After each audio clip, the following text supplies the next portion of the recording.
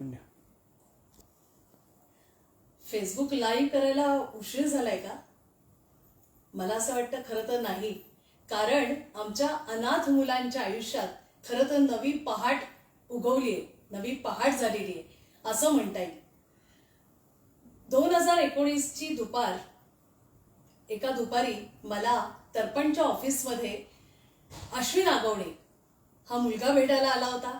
एक उंचापुरा, देखणा आणि मनात भरपूर इच्छा आकांक्षा बाळगणारा आणि थोडं कन्फ्युजन, मनात गोंधळ उडालेला असा अश्विन भेटला. आणि खरं तर तेव्हाचा अश्विन आणि आत्ता खरं तर तो सगळ्यात आपल्या देशातला अनाथ आरक्षणाचा फायदा घेतलेला, लाभ घेतलेला असा पहिला वकील झालेला अश्विन आगवणे.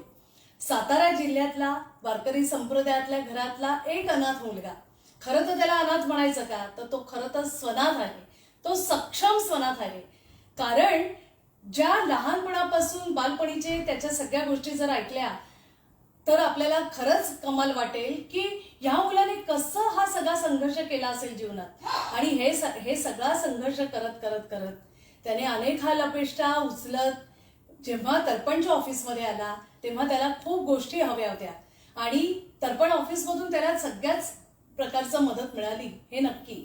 पण जिद्द आणि सचोटी आणि जिज्ञासा वृत्ती, अभ्यासू वृत्तीच्या आधारावर अश्विनने खरं तर वकिली केली, लॉचा अभ्यास केला. तिथेही त्याला त्रास देणारे अनेक घटक कार्यरत होते.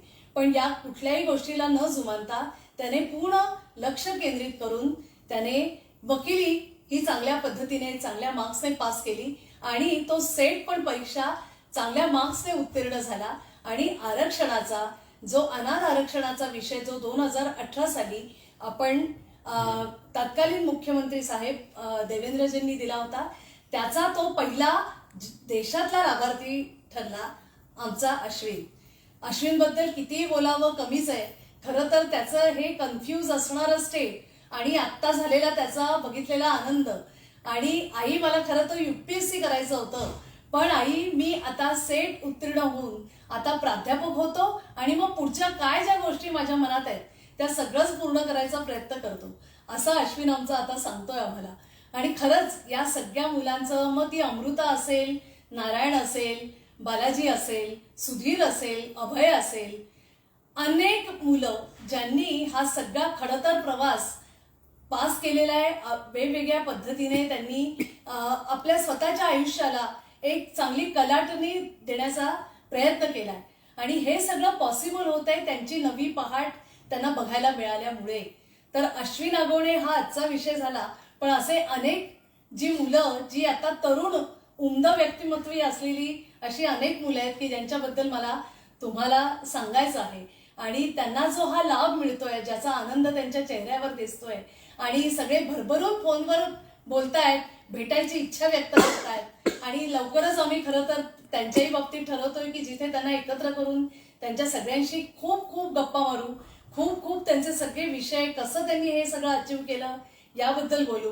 पण तुर्तास आज ही अभिनंदनाची गोष्ट, जी एक मोठी अचीवमेंट, ही आनंदाची गोष्ट आज आमच्या सगळ्यांसाठी आहे की ज्यांनी हा सगळा अनाथ विषय हा सगळ्यांनी मिळून लावून धरला होता.